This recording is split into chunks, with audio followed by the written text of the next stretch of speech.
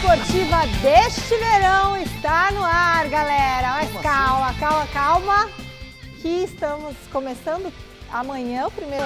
Esse pessoal tá muito afiado aqui no programa, hein? Vem com a gente, Gazeta Esportiva tá fervendo, tá quente para terminar esse último dia de verão.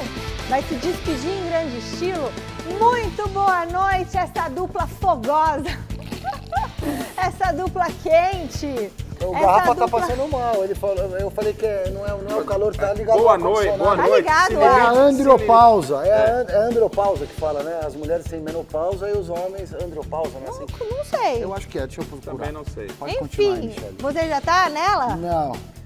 Mas depois você calma pesquisa no intervalo, igual na sala de aula, está confiscado o seu celular. Osmar Garrafa e Alexandre Silvestre, um grande dia de falar de sorteio dos grupos da Libertadores. Será que o Palmeiras pegou um caminho tão difícil como estão falando?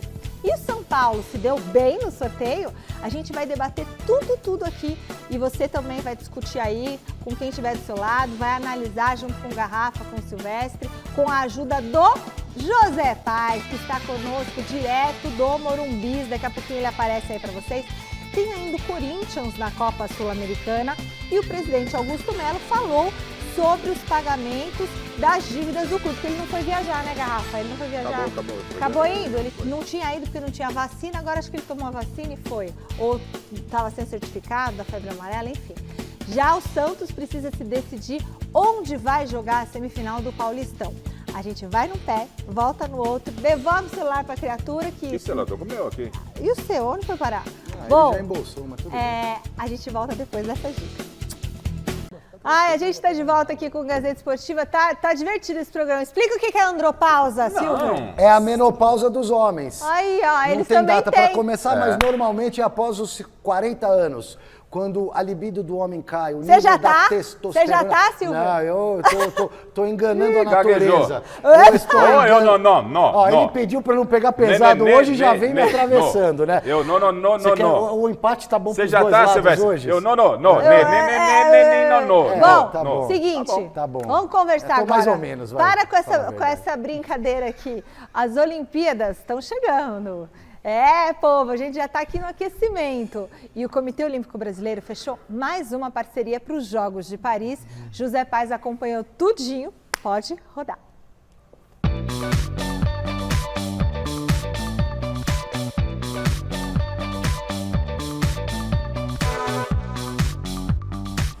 Turbina daqui, retoca dali. Tudo para os nossos atletas do time Brasil chegarem voando nos Jogos de Paris. Boa parte da nossa delegação já estará por lá, mas aqueles atletas que estarão saindo do Brasil ali próximo à cerimônia de abertura, sim, nós teremos uma saída em conjunta com um evento ali simbolizando a saída da delegação. É o apoio para o esporte brasileiro de uma empresa que acredita em conectividade e brasilidade de uma forma geral.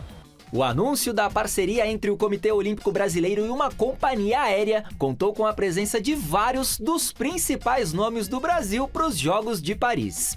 Aliás, esse é o 20º patrocínio do COB para a Olimpíada desse ano. Como foi dito, a ideia é que a gente nesse ano, e aproveitando o grande canhão de visibilidade que são os Jogos Olímpicos de Paris, a gente estabeleça um início de uma relação que no mínimo vá até Los Angeles em 2028. Quem não vai embarcar em um desses aviões rumo a Paris é o nosso time masculino de futebol. A nossa seleção não conseguiu vaga para os Jogos Olímpicos desse ano e a perda dessa medalha praticamente certa já vem sendo trabalhada pelo COB. Agora, domingo passado, nós tivemos a classificação do Gabriel Medina no surf, que era uma classificação que a gente sabia que seria difícil e que, na nossa opinião, veio para compensar essa medalha que a gente, entre aspas, perdeu do futebol, né? Eu acho que essa mostra o crescimento do esporte brasileiro como um todo.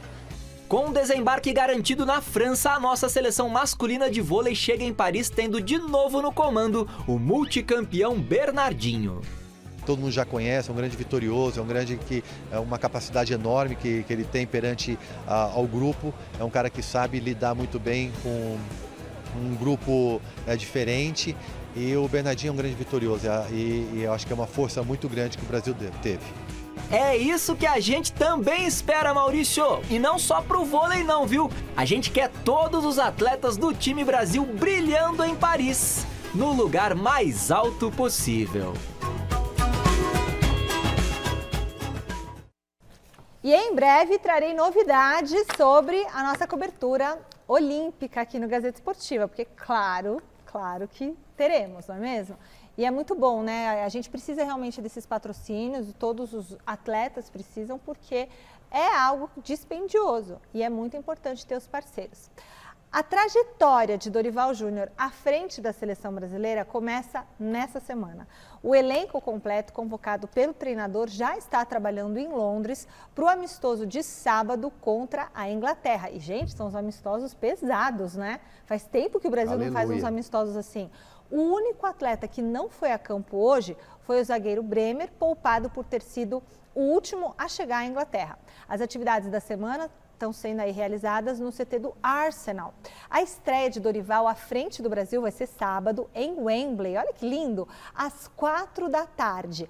Depois de encarar os ingleses, a seleção enfrenta a Espanha, terça em Madrid. Então, é jogo pesado, Garrafa. Não, é realmente jogos grandes. Eu só lamento pelo fato de ser uma estreia do Dorival e ele não poder contar com a força máxima dele. E não é apenas dos jogadores que foram cortados da convocação, porque ele ficou impedido, em função de lesões, de convocar outros jogadores. Ele não tem força máxima. E a seleção brasileira não há tempo para experimento. Sim. Então, é necessário dar uma resposta já. E a estreia vai acontecer em grande estilo em Wembley. Eu tenho, né, no meu currículo aí um Brasil e Inglaterra em Wembley, na antiga, antes da demolição ainda de Wembley, né, para esse novo estádio aí. 1-0. O Brasil venceu a seleção da Inglaterra com gol de França.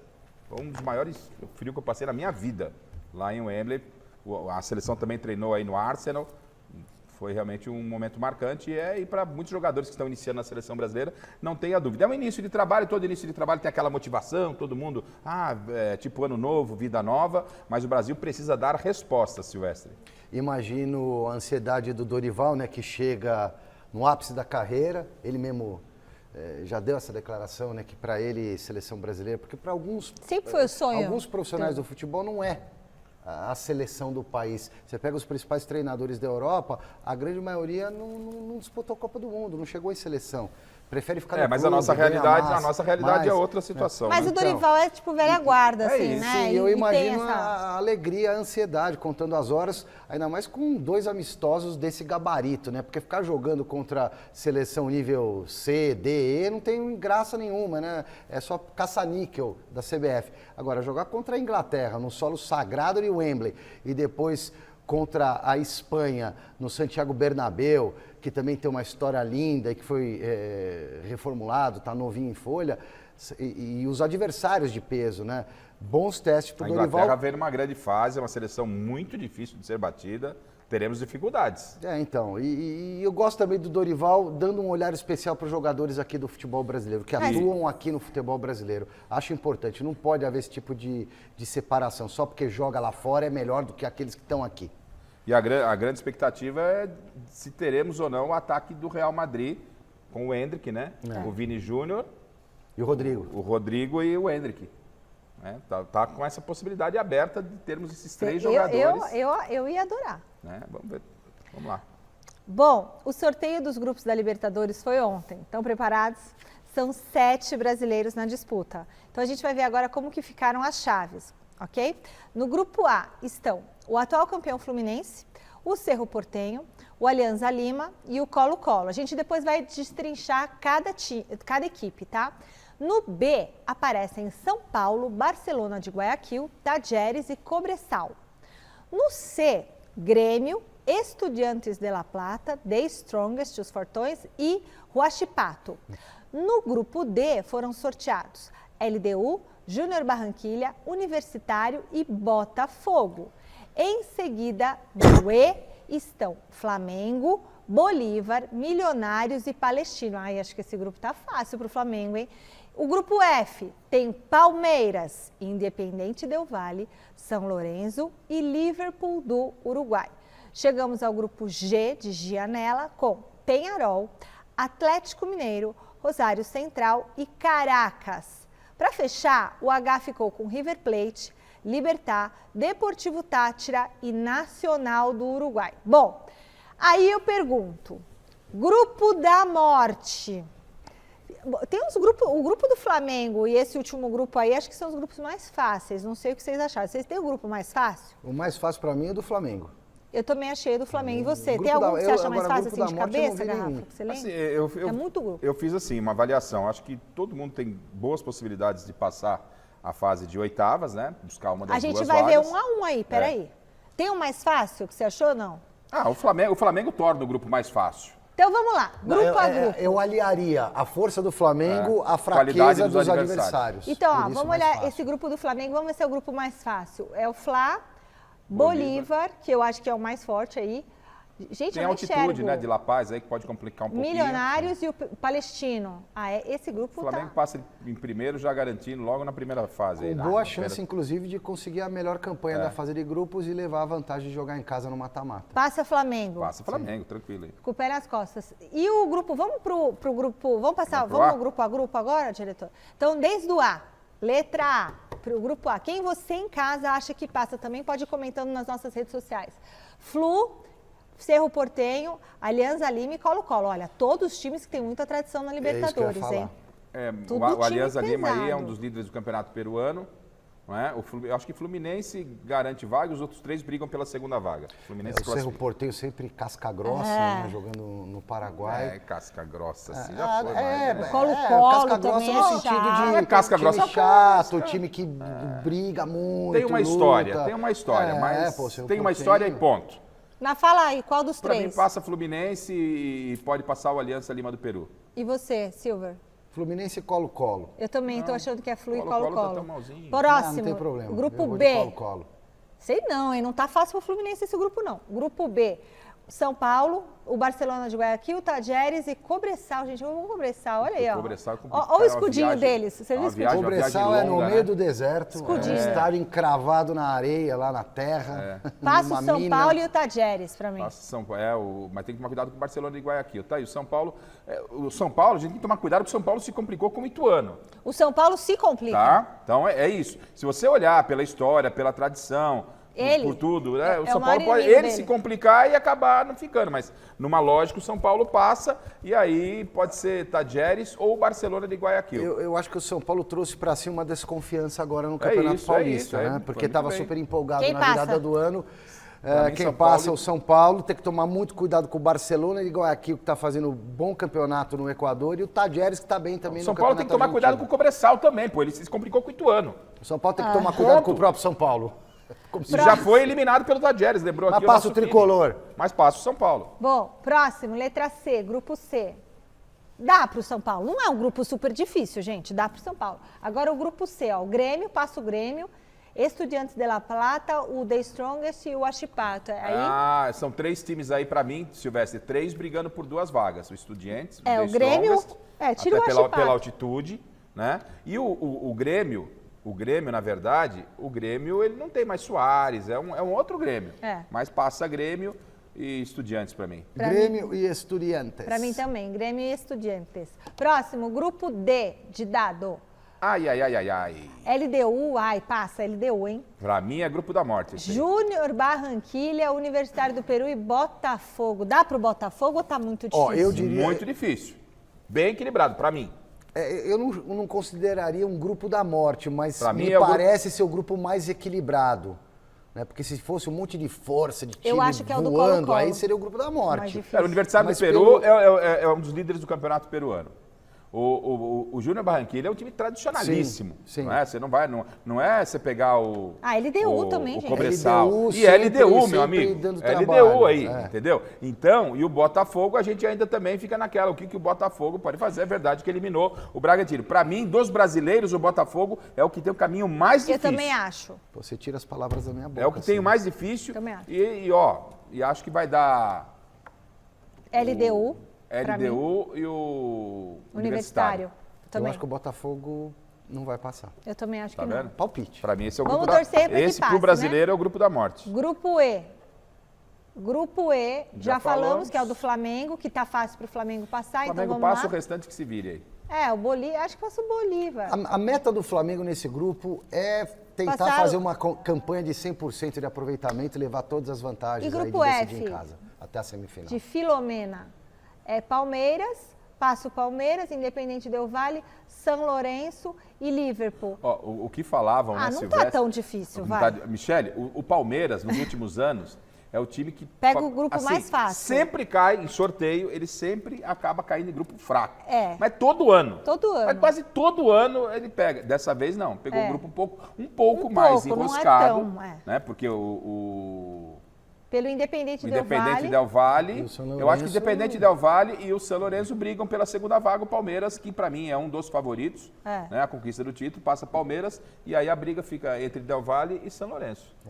Mas não é perto das outras fases, das outras Libertadores. Esse tá o nível 6. Esse tá o nível 6, os outros foi nível 3. Palmeiras e Del Valle para mim. Próximo, grupo F, FG, de Gianella. Garrafa, Penharol, Atlético Mineiro também, tá? Rosário Central e Caracas, hein? Caracas, Garrafa. E esse? O Atlético Mineiro passa. É o favorito a passar. É o com favorito, o Penharol, tem pra Filipão. Mim. Penharol tem uma camisa pesadíssima, mas já não é mais aquele Penharol. Rosário Central não é fácil, time argentino. Jogar lá em Rosário é complicado. Nossa. Mas é Atlético e entendo que o Rosário e o Penharol brigam pela segunda vaga, Silveira. Para mim passa Atlético em primeiro, Rosário em segundo. Bom, então eu acho que é o Penharol. E FGH, River Plate, passa o River, hein? Libertad, Deportivo Táchira e Nacional. Tá fácil pro River. Não é. Vocês não acham? Deportivo Táchira. O River é favorito. O River é favorito, mas olha, Nacional e Libertad. O Nacional é outro time muito tradicional, mas que perdeu a força ao longo dos anos. Então eu acho esse grupo aí pro River Plate um grupo até que tranquilo. É estranho uma Libertadores sem Boca, né? Mas tudo bem. Cadê o Boca? Sul-Americana. Sul-Americana vai ser um furdunço. Vai ser acabou, furdunço, né? Você não tem noção. Acabou, só o grupo tem HI, só tem time de camisa gigante na Sul-Americana. Bom, vamos encaixar o Boca, faz muita falta o Boca. Quem caiu com o Boca? Você pode por Corinthians, Cruzeiro, Inter. Faz falta o Corinthians também. Ontem também teve o sorteio dos grupos da Sul-Americana. O Thiago Salazar tá chamando para falar como que ficou a chave do Corinthians. Então vamos lá. Boa noite, Salazar. Quem tá no caminho do timão? Boa noite, Michele, para você, para todo mundo que está acompanhando o Gazeta Esportiva. Olha, estou ouvindo aqui vocês discutindo aí os grupos, né? Grupo da morte, grupo mais fácil.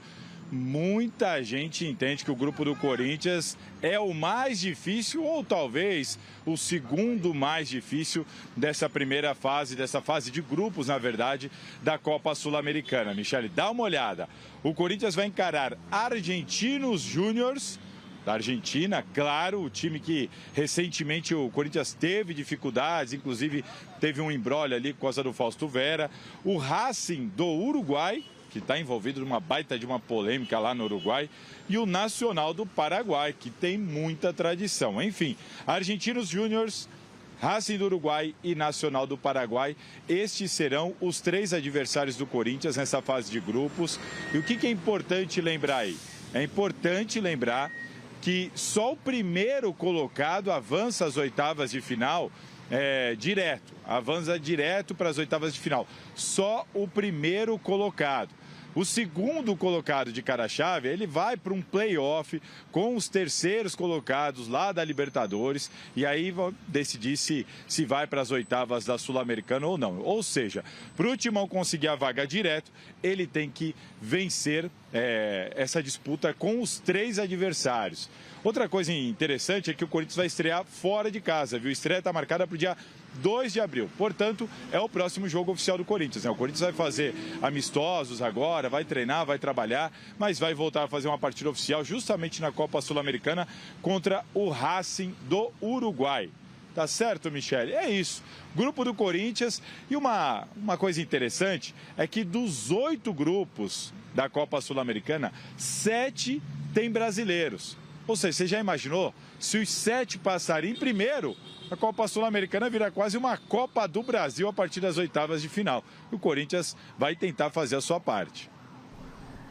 Ai, muito legal. Já pensou fosse ao 7? Ia ser maravilha. Foi isso que eu estava falando aqui no finalzinho, quando a gente falou do Boca. Como é que vai ficar essa Copa Sul-Americana, ainda colocando Boca no meio desse monte de brasileiros aí? Lembrando que os eliminados da fase de grupos da Libertadores, os terceiros de cada chave, vão cruzar em oitavas com o pessoal na Sul-Americana. Então, foi isso que o Silvestre... Não, então, Salazar só reforçando, né? falou Reforçando agora. não, lembrando não, reforçando. Isso pode fortalecer ainda mais a competição. E assim, sobre o Corinthians, diferentemente do que acontecia com o Palmeiras em sorteios de Copa Libertadores, o Corinthians na Sul-Americana, o Corinthians sempre pegando o grupo carne de pescoço. E não foi diferente dessa vez, porque pegou a equipe tradicional, né? Pegou a equipe tradicional. O Corinthians no ano passado se complicou com o Always Red, né? Ele não conseguiu ganhar, em 2 jogos não ganhou nenhum desse time. Então, o Corinthians é uma grande interrogação. Eu vejo o início de trabalho do Antônio Oliveira muito bom. Foi 2022. Foi 2022, né? Então, no ano passado, o Corinthians, na fase de grupos da Libertadores, não é isso? O Corinthians empatou com terceiro da Libertadores, foi pra é o Sul-Americana. Rosário que está no grupo do Corinthians, não é isso? Agora? O Corinthians chegou até a fase semifinal. Argentino Júnior, Corinthians chegou até a fase semifinal. Então, que é adversário agora. O Corinthians perdeu em casa para o Argentino Terceiro Júnior. do grupo dele da Libertadores, entrou na Sul-Americana e foi até a fase semifinal. Mas pegar o Racing logo também de cara, o Racing é um time que não é fácil. Não é? Não é o Racing, não é o Racing verdadeiro? Genérico. Esse é o Uruguai. É o genérico, é outro. Mas é o Argentino Júnior que é o problema aí, né? E o Nacional também, não é o do Uruguai? Mas... É qual o Nacional? O Corinthians é o verdadeiro? O Paraguai? O Corinthians é o verdadeiro, né? Só tem o Corinthians, tá de brincadeira? Não, tem o da Inglaterra. Tem o da Inglaterra mas também. esse é o verdadeiro, o do Brasil, claro. aquele Não, lá mas é genérico. então, gente, é o seguinte, o Corinthians ele tá num processo, um início de trabalho bom do Antônio Oliveira. Sim. Mas eu tenho uma grande interrogação de como vai ser esse Corinthians agora na retomada, já dia 2 de abril. Porque o Corinthians, o Antônio Oliveira recebe aí um time, um tempo para trabalhar, forçado, é verdade, pela eliminação precoce no Campeonato Paulista, e a gente fica na expectativa que esse crescimento permaneça. Se esse crescimento, na minha opinião, permanecer, o Corinthians avança como primeiro do grupo, mas se oscilar, corre risco de aí pegar um gigante da Libertadores. Bom, eu vou falar o que agora? Que desde a eliminação do São Paulo, no Paulistão, o futuro do técnico Thiago Carpini tá assim, ó, interrogação. Tá sendo muito debatido.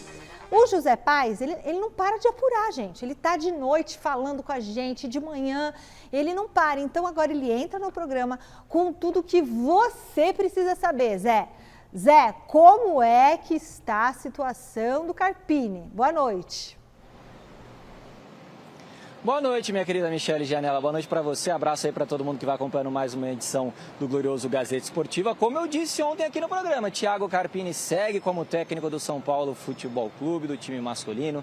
Tem contrato até o final desta temporada e está respaldado pela diretoria do São Paulo. Está prestigiado, viu, Michele e amigos que estão acompanhando aí o Gazeta Esportiva. O presidente Júlio Casares, presidente do São Paulo, Carlos Belmonte, homem forte do futebol, Chapecó, diretor adjunto, Rui Costa, que é o homem ali também da direção executiva de futebol do São Paulo, todos eles estão lá em Luque, estavam lá em Luque ontem durante o sorteio aí lá no Paraguai, sorteio aí de grupos da Copa Libertadores da América, também da Copa Sul-Americana, e na manhã de ontem eles tiveram um dia muito agitado, debateram muito aí essa questão, permanência do Carpini, fica, não fica, enfim, o Carpini segue como técnico do São Paulo. Daqui a pouquinho a gente vai ouvir aí a palavra do Júlio Casares, confirmando a informação que eu trouxe ontem aqui para vocês. E mais do que isso, né? Se o Carpini ele não fica, ia mostrar uma falta de convicção muito grande da diretoria do São Paulo. É bem verdade, viu, Michele e amigos que estão acompanhando a gente aí, que num passado recente, o Rogério Ceni, aliás, no Paulistão do ano passado, Rogério Ceni, ele foi demitido depois de ter ficado, o São Paulo perde para o Água Santa nessa mesma fase, né, do Campeonato Paulista, nas quartas de final. O técnico do Água Santa era o Carpini. O Rogério Ceni continua no comando técnico, prestigiado, mas depois de 4 partidas, então ele é demitido mesmo só tendo perdido uma.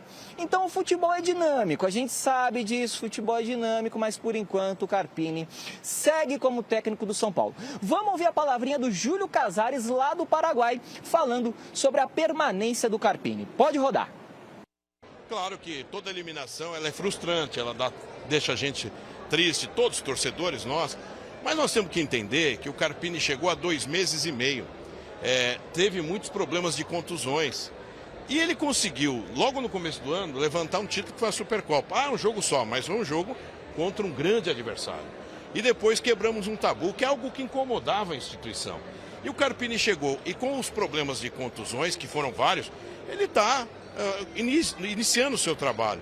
Se nós tínhamos a convicção de trazer o Carpini, depois de muitos estudos e entrevistas, onde participei diretamente dessas entrevistas, ao lado do Carlos Belmonte, do Muricy, de outros profissionais, não teria sentido agora nós, por causa de uma desclassificação, rasgar tudo que foi feito. Então, com tranquilidade, serenidade, o trabalho continua. Tão logo terminou o jogo, eu no vestiário fiz um post dizendo, tá tudo normal, vamos em frente e vamos melhorar. Claro que os ajustes no dia a dia serão discutidos, mas é uma questão que já acontece antes de qualquer eliminação. É um trabalho que é feito no cotidiano. Impressionante, como a gente estava até comentando aqui, o Júlio Casares se expressa bem, fala bem, com uma desenvoltura, dá nó em pingo d'água, né? Dom da oratória, dom da oratória. Que dom, Júlio, você tem. Então, Michele, assim, eu acho que... E aí ele falou o quê mesmo? Carpini permanece, que seria um contrassenso, aquilo que o Zé trouxe como informação, que seria um contrassenso, eu concordo com o Casares. Quando eles bancam... Porém, o futebol nem sempre 2 mais 2 são 4. Porque eu disse ontem aqui, se o São Paulo, alguém da diretoria, do alto comando do São Paulo, não tem a convicção de que o Carpini venha a ser o técnico ideal para o São Paulo, a hora de mudar é agora. Porque você esperar para um insucesso na estreia, por exemplo, da Libertadores da América e trocar, aí a coisa complica. Aí desanda. Então, essa é a minha preocupação, Silvestre.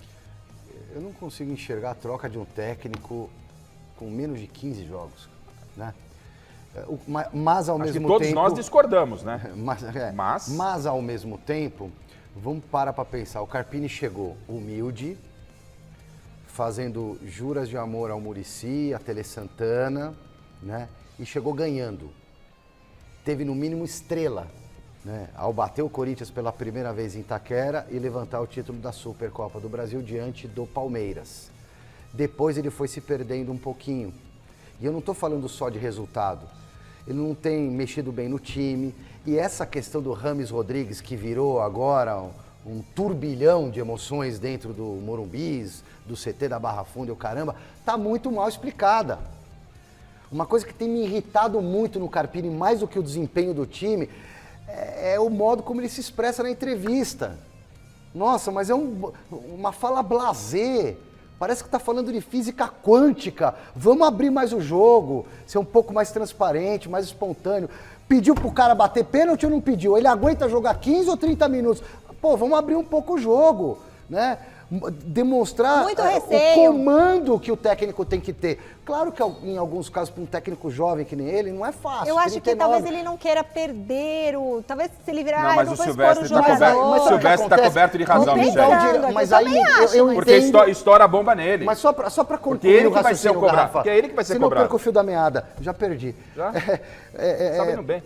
Perdi o fio da meada. Não, você falou, senão ele não sabe se o jogador bateu 15 minutos, aguenta 15 minutos ou não. Lembrei, porque ou o cara esclarece logo de uma vez, ou o presidente vem e fala o que está acontecendo. Evita a especulação. Né? Porque, exatamente, me dá o direito de especular que, por exemplo, o Rames fez biquinho e não quis bater o pênalti. Eu não estou dando uma informação. Mas foi isso eu que estou a gente especulando. Entendeu, não foi? Foi isso que a gente entendeu. Estão dizendo que ele pipocou. Será que ele pipocou ou será que ele estava pé da vida com o técnico e falou, também não vou bater o pênalti? Mas tem outra situação. E não estou dizendo que ele está correto em agir assim. Tem outra situação. Mas vamos ser mais transparentes.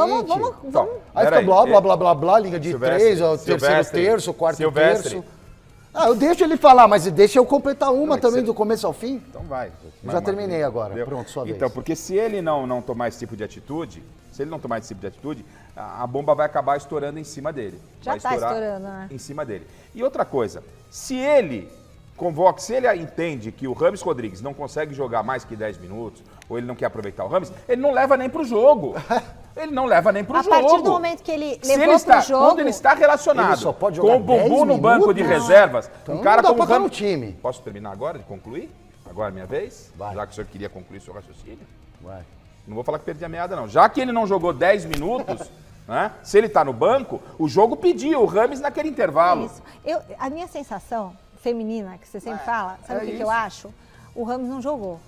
Aí na hora de bater o pênalti vai querer falar pra eu bater, eu tô pensando assim. Então, já que a gente não sabe o que acontece, então a minha leitura jogou pouco, ele tava muito incomodado, eu tava atrás do gol, de folga Ó, e viu o aquecimento dele. Ontem o Cicinho. Ele aqueceu e ele tava na ansiedade de entrar. Aí chama o primeiro, ele chuta o chão, Silvestre. você percebe? Aí quando ele tá faltando 10 minutos, ele fez ainda alguma coisa. Ele Silvestre, deu uns 2, 3 passes eu vou dar nome aos bois aqui, tá? Eu não tenho, eu não vou ao São Paulo, o Zé Paz é lá, é o setorista de São Paulo, mas também não tem essa penetração. Ex-jogadores, o Zé vai confirmar isso, vai obviamente apurou as informações, ex-jogadores do São Paulo, que nem o Souza lá com o Neto na Band, tô falando de ex-jogadores, não de jornalistas. O Cicinho ontem lá no SBT, os caras falaram que ele não tá treinando com a mesma intensidade do grupo, que a relação dele com os jogadores, ele é um cara... péssima. Não, relação com os jogadores é boa. É boa. Isso. A relação é boa. Só que os caras estão incomodados que, tipo assim, eu treino mais, ele não treina igual a mim. Então ele não vai ter a mesma condição de desempenho. A relação dele não tá muito boa lá. Os jogadores ficaram Se eu fosse o chateados. Carpini, vendo as coisas como eu estou sabendo que eu não estou lá dentro para ter todas as informações, eu colocaria o Ramos para jogar mais tempo. Vai até morrer. Silvestre. Vai lá para a arena até você botar a língua lá no chão. Só relaciona o Ramos a hora que ele tiver em jogar condição de igualdade física com os outros jogadores. Se você não tem o Ramos nessa condição, deixa ele treinando. E você tira um problema do seu caminho. Quando você coloca um cara que não tem condição de jogar nem 10 minutos, porque foi assim que o Carpini... Quem disse que ele não tem condição? Mas então, se ele não tem condição, o Carpini errou completamente. O jogo não pedia o Ramos? Além do que, o jogo tava lento. O pessoal fala da intensidade que ele tá bom. Ele não tem pôs intensidade. O Ramos, o jogo tava lento no segundo tempo. Silvestre, o Carpini pôs o Ramos... O jogo tava em marcha lenta. O Carpini pôs o Ramos pra jogar num campo pesado lá em Itu. Sim. Lá em Itu. No Morumbi, grama boa, tá? Ele coloca 10 minutos e sem chuva. Isso então, pra mim é sabe, não pôr pra jogar. Porque você botar o cara nos últimos 10 minutos é quase igual uma vez que botaram, acho que foi, não sei, o Hendrick, botou 5 minutos. Isso não entrou em campo. Você tá entendendo? Aí o cara vira e fala, agora? Quer que eu bata? O Carpini não tá conseguindo gerenciar esse problema. Carpini, se inspire no presidente do São Paulo e se expresse um pouco melhor. Não que você não fale bem, mas é muita ladainha, é muita ciência na orelha, muita explicaçãozinha, quando o futebol pode ser tratado de uma maneira mais simples. Explica qual é a situação do diretor Ramos, falou ok. Entendeu? Olha, você é o diretor. atenção. Você tá falando no meu ouvido aqui. Santista, atenção. Você prefere jogar a semifinal do Paulistão em Santos ou em São Paulo? Thiago Salazar ouviu alguns torcedores logo depois da partida contra a Portuguesa, então vamos ver o que eles acham? O Santos está na semifinal do Paulistão, vai encarar o Red Bull Bragantino em partida única. E agora vem aquela discussão sobre o local que o Peixe deveria mandar esse jogo. Bom, assim que o alvinegro praiano garantiu a classificação contra a Lusa, a gente foi ouvir a galera. Dá uma olhada. Semifinal, na Vila Belmiro ou em São Paulo, o que você prefere? São Paulo. Você tá doido, eu prefiro na Vila. A Vila é nossa casa. Vamos pra capital, vamos lotar mais um estádio na capital, Vila Belmiro. O Santos é do mundo, então tanto faz pra mim. Se tiver que jogar em São Paulo, qual estádio você prefere? Como não tem o Pacaembu pronto, Morumbi. Morumbi. Fazer festa lá, 55 mil da outra vez, dessa vez a gente vai colocar 60. Falar pra você, jogamos no Morumbi, foi um ótimo estádio pra jogar. Morumbi. Você gosta da ideia de repente, jogar na Neoquímica Arena? Pode ser também, mas eu prefiro o Morumbi ainda. Claro, se tiver a oportunidade de jogar a próxima fase lá, se tiver 40, 50 mil, a gente põe lá dentro. Vamos invadir lá, botar 45 mil em Itaquera. Não, lá é zoado, mano.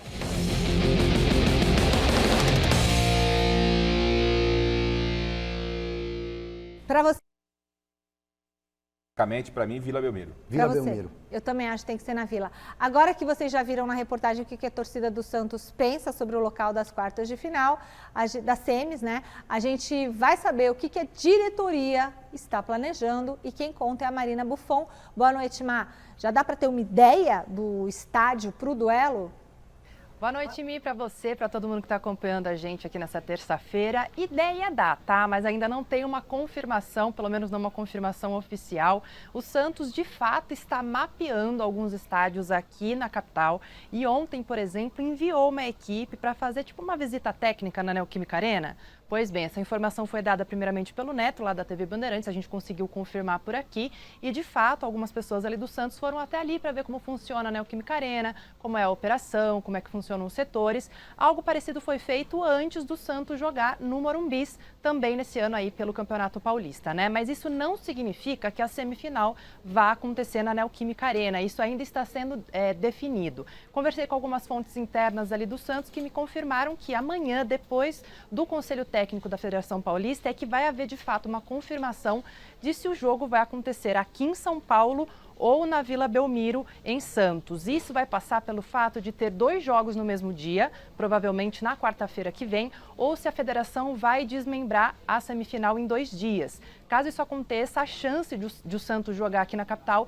é um pouquinho maior. Morumbi está fora da jogada, de fato seria um jogo na Neoquímica Arena mesmo, até porque o Corinthians não está utilizando o estádio. O próprio presidente do Timão, Augusto Melo, falou ontem em entrevista à ESPN que estava aí de portas abertas para continuar essas conversas para o Santos jogar então essa semifinal contra o Red Bull Bragantino no estádio do Corinthians, lembrando que o aluguel é mais ou menos de 800 mil a 1 milhão de reais. Aí eu deixo para vocês, o que vocês fariam? Jogariam na Vila Belmiro como alguns jogadores querem, caso do próprio goleiro João Paulo, ou então viriam para a capital para aumentar a renda, ter mais torcedores perto? O que vocês fariam? Pois é, o que os meninos já falaram, né? Que todo mundo é time Vila Belmiro. Pensando com a cabeça do treinador, fosse eu, Carille, eu falaria presidente, quero jogar na Vila. É o aspecto técnico, jogar em casa, jogar no campo. Dentro do campo você sabe onde é a referência. O que é a referência? O cara, quando vai fazer um lançamento, o cara está jogando em casa, ele já olha lá para aquela cadeira que tem na numerada, ele já sabe que ali é a força que ele tem que colocar. Sim. Existe isso. Então, tecnicamente, para o jogador, é melhor você jogar em casa. Agora, fosse o presidente, eu pensaria muito bem, porque o Santos precisa, quem não precisa, né, no futebol brasileiro, de recurso financeiro. É uma equação que eles vão ter que resolver lá de forma interna, Silvestre. Em primeiro lugar, para mim, quem deveria decidir seria técnico em consenso com os jogadores. Mas nem sempre é assim que funciona, porque aí vem a diretoria, o presidente e tal. A questão financeira, por que então não jogar no Morumbis, se quer um estádio maior? Já deu certo, o Santos botou 50 mil, cabe mais gente do que Neoquímica Arena. Talvez valesse mais a pena jogar no Morumbi, se bem que o Júlio Casares disse que não é impressa para mais ninguém, só que ele devia estar de cabeça quente depois daquele choque rei, acho que mudaria de ideia. Mas enfim, minha opinião, Vila Belmiro, até porque na Vila Belmiro o Red Bull Bragantino vai se sentir mais incomodado do que na Arena do Timão, na minha visão. E olha que só um dado curioso, nós tivemos aí a final caipira lá nos anos 1990, né? Poderemos ter novamente entre Bragantino e Novo Horizontino. O Novo Horizontino, naquela oportunidade, eliminou, sabe quem? Para chegar à decisão? O Palmeiras. E o Bragantino, sabe quem que ele eliminou? Ele passou pelo Corinthians e pelo Santos para chegar à decisão. Será, é só um dado curioso. Já pensou se Nelson Batista era o técnico do... E ele foi campeão, não foi? E agora é o filho dele. Já e pensou o Vanderlei quantos anos sendo atrás? revelado. Foi em 1990. Foi em 90 isso. Dois timaços, inclusive. Paulo Sérgio, nosso comentarista, jogava no Horizontino. Bom, o Bragantino tinha um time muito bom. Seguinte, turma, ontem a gente debateu bastante aqui, né, e hoje também, por que o Rames Rodrigues não cobrou pênalti no jogo do Paulistão e tudo mais. O José Paes, ele é aquele repórter inquieto, né, ele não para, tá sempre correndo atrás da história, e é claro que ele já, nesse tempinho que a gente estava discutindo aqui, já até apurou mais, vai assuntar um pouco mais, já apurou um pouco mais. Então, conta pra gente, Zé, como é que é? O que aconteceu de fato? O Rames não quis bater? O Rames se negou a bater? Ele estava desconfortável? Você acha que foi biquinho do atleta? O que aconteceu, Zé? Boa noite de novo. Olha, Michele, a gente vem falando muito sobre o Rames aí e até surgiu uma informação dada pelo PVC, aí algumas informações em relação ao Rames. Eu fui atrás para apurar um pouquinho e aí conversando com algumas pessoas que trabalham lá no São Paulo, o que me passam é o seguinte, Zé, tecnicamente o Rames Rodrigues ele sobra, ele joga muito, a gente vê aqui nos treinamentos, o cara bate na bola diferente. Agora, o que parece é que quando tem alguma questão física, aí falta um pouquinho. Então, o que me passaram é que às vezes parece uma falta de comprometimento por parte do James Rodrigues, muitas vezes por ser uma estrela, por saber o tamanho que tem, por ter jogado no Real Madrid, no Bayern de Munique, por ter ganhado grandes títulos fora do Brasil, no futebol lá da Europa. E o que me passa é o seguinte, olha, essa parte física dele, ele está devendo. Às vezes tem algum treinamento físico aqui, os caras dão 4, 5 piques, ele dá um pique. E o que me passaram também é que durante a semana passada, o James ele só treinou na sexta-feira, confirmando a informação aí publicada inicialmente pelo PVC, né? Porque depois do jogo contra o Ituano, ele sente um desgaste físico, aí ele fica tratando durante a semana e só participa de fato do treino da sexta-feira. E aí, analisando todas essas situações, o que me parece é que o Carpini não tem confiança para colocar o James de fato para jogar mais tempo. Ele está ali diariamente analisando todas as situações, vendo o James Rodrigues treinar e, claro, o treinador ele tem que tomar a decisão e ele toma a decisão baseado no que ele está vendo em campo. E o que me passaram é que realmente, durante os treinos, o James ele não chega no nível de outros atletas. Inclusive, essa questão do pênalti aí, dele não ter batido, incomodou sim alguns jogadores dentro do São Paulo. Isso é fato. De algum jeito ele não ter se manifestado para cobrar o pênalti por ser um jogador do tamanho do James, isso deixou sim algum tipo de desconforto. Então, a gente vai somando todas essas situações. Quando o James pede para ser reintegrado, a gente sabe que tem muito mais uma questão da diretoria não ter a condição financeira de pagar o que devia, do James não ter para onde ir, e aí o Carpini, é claro que ele fez parte desse processo para que o James continuasse, mas repito, ele está no dia a dia, ele está vendo que o cara não está rendendo e não tem condição de ser titular. A torcida quer que ele jogue, quer que ele seja titular, quer que ele entre nas partidas, porque é um grande nome, chegou com muita pompa, mas no dia a dia o James não vem correspondendo a esse nome todo que ele tem. Devolvo para vocês debaterem aí. Bom, a gente manda uma caixa dessa aí pro James lá treinar melhor. Vou mandar nada, ele que compre. Satisfação garantida ou seu dinheiro de volta. É o seguinte, Silvestre, eu tava falando, e Garrafa, que eu acho o seguinte, se o cara, a gente não entra mais em treino, a gente não vê mais nada, então é o seguinte, põe ele para jogar, porque ele é o James Rodrigues, Carpini, e se ele não der conta, todo mundo vai ver que ele não dá conta, e aí sai da sua conta, Carpini, vai para a conta do James, senão tá na tua conta. O Carpini está com uma bomba relógio para explodir, que é a seguinte, se o James, que foi convocado para a seleção colombiana, jogar 90 minutos agora, Nossa Senhora, o que o Carpini vai dizer? Reza para ele não jogar, então. Eu já sei o que vai dizer. Aí ele vai ter que ser tem cobrado. Um esquema na seleção colombiana para o James jogar. Mas todo mundo está batendo no aspecto físico. Não é o problema? Parece que não é físico. É isso. Ele não treina aí, com a se ele tem condição de jogar, cabe ao técnico fazer com que o atleta tenha uma condição tática de jogo. Aí, então, eu tô louco para ver a seleção colombiana jogar. Quando se é o que Carpini, joga? Agora, nessa data FIFA. O James jogar 90 minutos. Ele que torça pro James não jogar 90 minutos, não fazer gol. O Carpini deve algumas explicações. Ô, Garrafa, você tem quanto tempo de futebol? Entre jornalismo, frequentar estádio, seu time do coração, lá o Londrina, 60, 50, 50, Que 60? Né? Você acha que ele tem quantos anos? Você tá louco? É que você tá meio acabadinho. Acabadinho. Hoje ele tá, né? Ele falou que você tá na andropausa. Tira a mão, não põe a mão. Ele falou que várias coisas. Eu tenho quase 47 de futebol e o que você uns quer dizer 30 de jornalismo. Quantas vezes a gente viu jogadores tendo tratamentos diferenciados? Porque o cara não aguenta treinar e jogar. Ah, mas o James não está entregando, mas tem que deixar. Eu acho que precisa ter um cuidado diferente com esse jogador. É claro. É um jogador diferente, é um jogador raro para o padrão de hoje. Na minha modesta opinião, à distância, porque eu não estou lá dentro, eu acho que está faltando um pouco de inteligência emocional para o Carpini lidar com ele. Ó, Silvio, só uma informação que o Filipe negócio tá do passando pênalti, pra gente. o negócio do pênalti, talvez. Ô, Ramis, cara, preciso de você, irmão. Você é o cara que bate melhor na bola. Vamos lá, você vai bater o pênalti. Se você bota pra eu jogar acho que 10 tá faltando. minutos. Eu acho, Silvestre, eu só acho. Tá? Só pra gente não perder o fio da meada aqui. Sexta-feira né? contra a Espanha. Colômbia joga contra a Espanha. Joga contra a Espanha. Que vai ser adversário do Brasil depois. Tá? Ou seja, se ele jogar 90 minutos contra a Espanha... E fizer gol. Né? Será que ele não tinha condição de jogar 90 minutos contra o Ituano? Ele não precisa jogar 90 minutos contra o Ituano ou jogar contra 40, o Novo Horizontino. Ele pode jogar 40? Ele pode jogar 35? Ah, mas não é, que tá todo mundo falando que é problema físico. Pô. Aí a pergunta vai ter que ser feita ao técnico Carpini.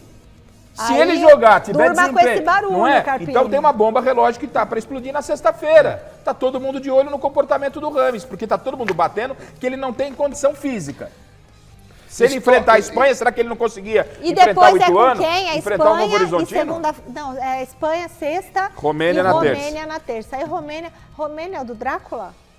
É Romênia, não é a terra do Drácula? Romênia. Drácula. Daqui a pouco você vai lembrar do Saci. Vamos seguir Ó, aqui. à distância, Saci o que é me verdade. parece é que está faltando sensibilidade e, com certeza, transparência no caso Rames Rodrigues. Porque você tem um talento lá, se ele não aguenta jogar o jogo inteiro, quanto que ele aguenta? Por que ele não bateu o pênalti? Pelo menos um tempo. Ele fez biquinho ou ele se recusou? Ou ele tremeu? Gente, vamos aproveitar melhor esse jogador aí, ô São Paulo. Quando você tem um jogador assim, você levou pro banco, pelo menos um tempo você tem que pôr o cara para jogar, não 10 minutos. Último contato imediato com o Salazar, no Parque São Jorge. Ô Salazar, eu tô sabendo que o Augusto Melo falou ontem sobre as questões financeiras do clube. Qual que é a próxima meta da diretoria corintiana, então? Olha, Michele, na entrevista lá depois do sorteio da Copa Sul-Americana, o Augusto Melo, para começar, deixou claro que o elenco está fechado. Não vem reforço para o Corinthians nesse momento. A gente já vinha trazendo essa informação aqui no Gazeta Esportiva. O Corinthians, claro que pensa em reforçar o elenco, mas só na próxima janela, lá no meio do ano. Nesse momento, o Augusto entende que o grupo está fechado. Chegou o Kaká, foi a última peça, agora é treinar e trabalhar. E lembra que ele colocou as contas em dia com os jogadores do elenco, mas, como a gente informou aqui também, falta definir as dívidas com os jogadores que foram embora. Juliano, Renato Augusto, Rojas, enfim, tem muito jogador aí para o Corinthians se acertar, inclusive por causa de questões na justiça, e o presidente Augusto Melo falou exatamente sobre isso ontem, depois do sorteio da Copa Sul-Americana. Vamos ouvir. Sim, a nossa meta é essa. Eu já havia falado com os jogadores para que tivessem calma, que a gente ia colocar tudo em ordem, assim como colocamos. Toda a parte de direito de imagem, luvas, impostos. E agora sim chamar aqueles atletas que já saíram do clube para que a gente possa fazer uma negociação e começar a pagar. Bom, tá aí, tem que começar a pagar, porque são esses processos que muitas vezes bloqueiam as contas aqui, aí comprometem o fluxo de caixa e causam todo esse transtorno. O Corinthians, inclusive, aguarda a antecipação do valor da venda do Murilo, o zagueiro Murilo. O Corinthians espera antecipar aí cerca de 30 milhões para começar a chamar esse pessoal para fazer esses pagamentos. Falando do time do Antônio Oliveira, que foi até Portugal rapidamente e voltou, deu treino e olha, o Corinthians vai pegar o Santos na sexta-feira em jogo treino lá na Vila Belmiro e depois deve pegar o Cascavel do Paraná. A diretoria aqui tem um bom relacionamento com o pessoal lá do Paraná e eles já esquematizaram, vai ter um amistoso do Corinthians com o Cascavel. A gente ainda não sabe nem data e nem local porque isso não está definido, mas é o Corinthians se preparando aí para o seu próximo compromisso, que é justamente a Copa Sul-Americana, em seguida a estreia no Campeonato Brasileiro. Mi. Obrigada, Salazar. Turma, acabou, né? Que você fala rapidinho? O Palmeiras pode jogar no Allianz Parque. Estão ainda viabilizando essa possibilidade. O Palmeiras que é favorito ao tricampeonato paulista. Jornal da Gazeta chegando. Obrigada, Garrafa. Beijo, Silvestre. Fui. Valeu, galera.